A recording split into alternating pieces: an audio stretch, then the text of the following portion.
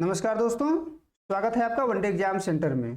दोस्तों, आज के वीडियो में हम लोग औचित्य संप्रदाय यानी औचित्य सिद्धांत का अध्ययन करेंगे और जानेंगे कि औचित्य सिद्धांत क्या है, विभिन्न संस्कृत आचार्यों ने औचित्य के संबंध में क्या कहा है और वीडियो के अंत में हम लोग औचित्य के प्रकार की चर्चा करेंगे। चलिए वीडियो शुरू करते हैं।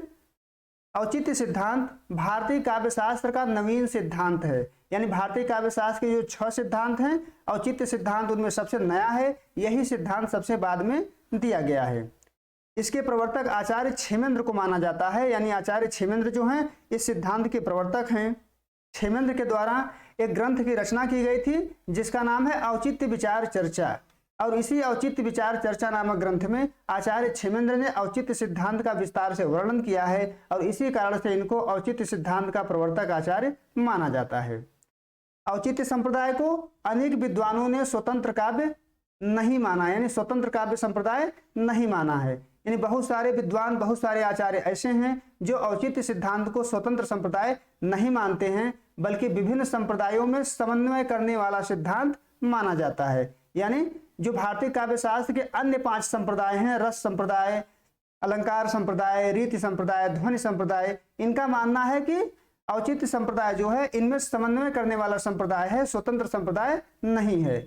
इसीलिए इसे समन्वयकारी सिद्धांत माना जाता है और आचार्य क्षेमेंद्र को समन्वयकारी आचार्य माना जाता है। आपसे परीक्षा में पूछा जा सकता है कि निम्नलिखित में से किस संप्रदाय को समन्वयकारी संप्रदाय माना जाता है, तो औचित्य संप्रदाय को समन्वयकारी संप्रदाय माना जाता है और आचार्य क्षेमेंद्र जो हैं समन्वयकारी आचार्य इनको माना जाता है।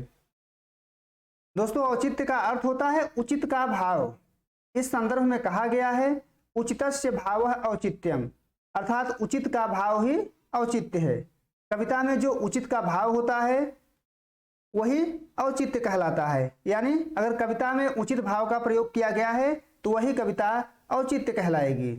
आचार्य क्षेमेंद्र ने औचित्य को परिभाषित करते हुए लिखा है उचितस्य च यो भावस्तदौचित्यम प्रचक्षते, अर्थात उचित भाव ही औचित्य है।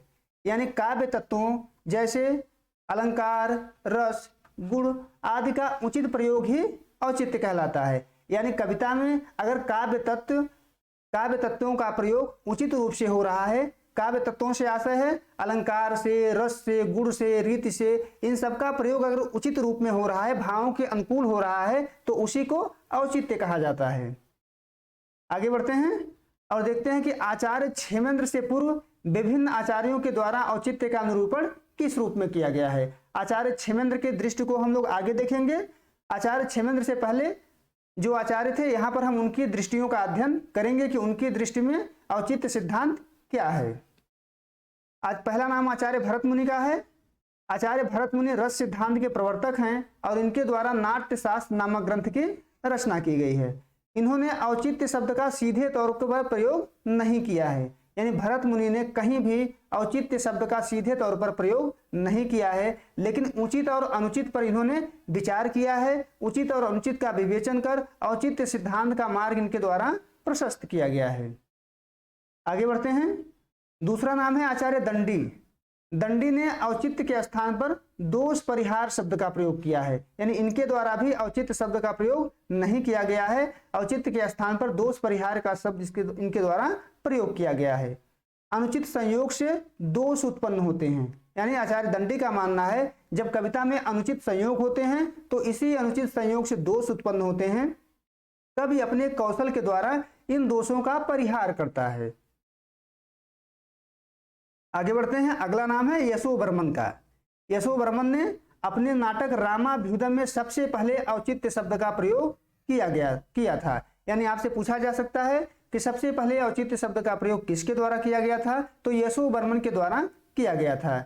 यशोवर्मन ने पात्र, रस, कथन, वचन आदि के संदर्भ में औचित्य की चर्चा की है। अगला नाम है आचार्य आनंदवर्धन। आनंदवर्धन ने औचित्य शब्द का स्पष्ट उल्लेख किया है तथा औचित्य को रसाभिव्यक्ति का आधार माना है। यानी औचित्य जो है रस के आधार हैं, रस के साधन हैं। उनका मानना है कि काव्य में रसभंग का एकमात्र कारण अनौचित्य है, यानी कविता में अगर औचित्य नहीं है, अनौचित्य है, तो कविता में रस की प्राप्ति नहीं होगी, वहां रस भंग की दशा होगी। लेकिन इतना होते हुए भी आचार्य आनंदवर्धन ने काव्य की आत्मा को नहीं माना है, यानी काव्य की आत्मा औचित्य को नहीं माना है। इन्होंने रस ध्वनि को काव्य की आत्मा माना है, औचित्य को काव्य की आत्मा नहीं माना है, यानी औचित्य संप्रदाय को इन्होंने महत्व प्रदान नहीं किया है। आगे बढ़ते हैं। अब देखते हैं कि आचार्य क्षेमेंद्र की दृष्टि में औचित्य क्या था। आचार्य क्षेमेंद्र ने सर्वप्रथम औचित्य को काव्य की आत्मा माना तथा अपने ग्रंथ औचित्य विचार चर्चा में इसका विस्तृत रूप से वर्णन किया है। यानी सबसे पहले आचार्य क्षेमेंद्र ने औचित्य को काव्य की आत्मा माना, काव्य का प्राण माना और अपने ग्रंथ औचित्य विचार चर्चा में इसका विस्तृत रूप से चर्चा किया, और इसी कारण इनको औचित्य सिद्धांत का प्रवर्तक माना जाता है। क्षेमेंद्र के अनुसार जो पदार्थ जिसके सदृश अथवा अनुरूप होते हैं, प्राचीन आचार्यों ने उसे उचित कहा है। यानी जो चीज हमारे अनुरूप होगा हम उसे क्या कहेंगे, उचित कहेंगे, और वही उचित क्या कहलाएगा, औचित्य कहलाएगा। इसी उचित को विद्वानों ने औचित्य कहा है। आचार्य क्षेमेंद्र ने लिखा है, उचितस्य च यो भावस्तदौचित्यम प्रचक्षते, अर्थात उचित का भाव ही औचित्य कहलाता है। कविता में रस, अलंकार, गुण आदि तत्वों के उचित प्रयोग का भाव ही औचित्य है। यानी कविता में कविता के तत्व का उचित मात्रा में प्रयोग करना ही औचित्य कहलाता है। क्षेमेंद्र ने इसे काव्य का जीवन माना है, यानी काव्य का प्राण माना है। उन्होंने लिखा है, औचित्यम रस सिद्धस्य स्थिरम काव्य जीवितम। इस पंक्ति को आपको याद रखना है। आपसे पूछा जा सकता है कि औचित्यम रस सिद्धस्य स्थिरम काव्य जीवितम किसके द्वारा लिखा गया पंक्ति है, तो आचार्य क्षेमेंद्र की पंक्ति है, आपको याद रखना है। इसका अर्थ होता है कि काव्य जो है रस सिद्ध होता है और औचित्य उसकी आत्मा या प्राण है। कविता जो है रस सिद्ध है और औचित्य उसकी आत्मा या प्राण है। आगे बढ़ते हैं। अब औचित्य के भेद देख लेते हैं कि औचित्य जो है कितने प्रकार का होता है। दोस्तों, आनंदवर्धन ने औचित्य के कुल 6 भेद माने हैं, जबकि आचार्य क्षेमेंद्र ने इसके कुल 27 भेद माने हैं। यहाँ हम सबकी चर्चा नहीं करेंगे, औचित्य के कुछ प्रमुख भेदों की चर्चा हम लोग यहाँ पर करेंगे। पहला देख लेते हैं। पहला है पदौचित्य। नाम से स्पष्ट है, पूरे पद में औचित्य होगा। जब पूरे पद में काव्य के उचित तत्वों का प्रयोग किया जाता है तो वहां पदौचित्य होता है। यानी यहाँ कविता के पूरे पद में उचित तत्वों का प्रयोग किया जाता है। यह अत्यंत सौंदर्यपूर्ण होता है। यानी पूरे पद में अगर उचित तत्वों का प्रयोग होता है तो पद जो होता है अत्यंत सुंदर हो जाता है। दूसरा है वाक्योचित्य। काव्य में जब किसी वाक्य के उचित प्रयोग से विशेष चमत्कार उत्पन्न हो तो वाक्य औचित्य होता है। यानी जब किसी वाक्य के उचित प्रयोग से कविता में विशेष रूप से चमत्कार उत्पन्न हो जाता है तो वहां वाक्य औचित्य होता है। जैसे यहाँ एक उदाहरण देख लेते हैं। सभी ने यह पंक्ति पढ़ा हुआ है। इसकी जो अंतिम पंक्ति है, आप पूरा पद पढ़ लीजिएगा। इसकी जो अंतिम पंक्ति है, नैन नचाई कही मुस्काई अहो लला फिर खेलन होरी, यह एक तरीके से व्यंजना है।